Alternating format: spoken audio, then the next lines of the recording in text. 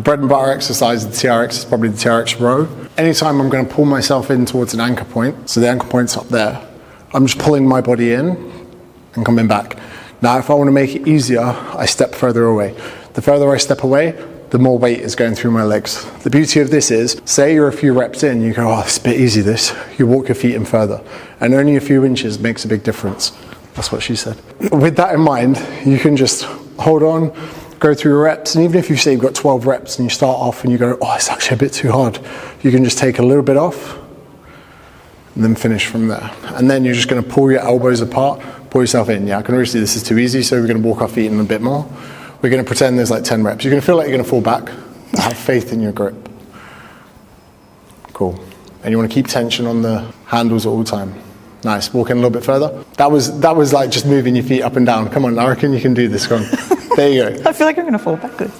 Again, not invasive. You're not having to bend over and use weights like a bent over row. You're not having to go to like chest supported row, which can be a lot more difficult for women. We're getting a good contraction on forearms, biceps, and back, without having to jeopardize or put yourself in harm's way, and that's not to like scaremonger or anything. Cool, and relax. Pretty easy, pretty relaxed. And then over time, as you progress, your progressive overload be your feet getting closer and closer. There might be one day you might have your feet on the wall and you'll be pulling yourself in. Our hand position and our elbow position determines which area of the back we're gonna work. There, you would have felt it predominantly upper back, maybe the muscles above your bra strap, and towards the side.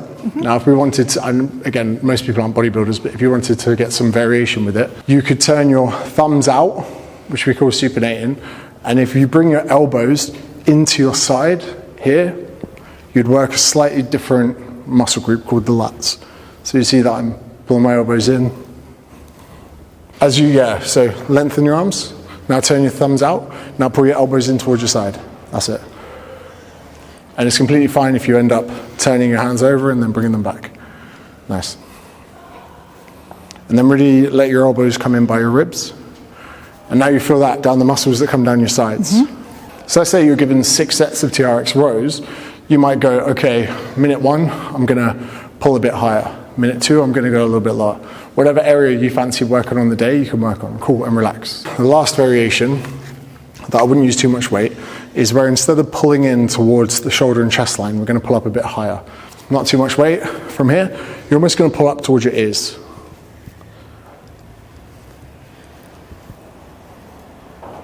And by doing so, you'll feel we take out most of the kind of muscles in the back and we start using back of the shoulders. Cool. Walk back a tiny bit to make it a little bit easier for yourself. And this time, I want you to pull your thumbs towards your eyes. That's it. And now we're really going to feel back of the shoulders. Now we're going to feel something that we call posterior delts, so the real upper back area. And if we come even higher than that, we start to almost consider it a shoulder health exercise. Still hard. It's very difficult. So as far as the TRX row, you've got 3 variations there. Some people do like single arm rows. There's like a million different TRX exercises. They're your 3 main ones for pulling. And even really advanced people should be using these in their sets, because there's something called a drop set where you work to failure, then you choose the lighter weight, you work to failure, you choose the lighter weight, you work to failure. For a lot of guys on pin-loaded machines, it means they have to sit up, move the pin, go again. With this, even if I'm finishing a workout, I can say, right, okay, I'm gonna do as many reps as I can here. Then as my arms begin to fail, I take a step back, boom, I'm straight in again. Great exercise for row movements.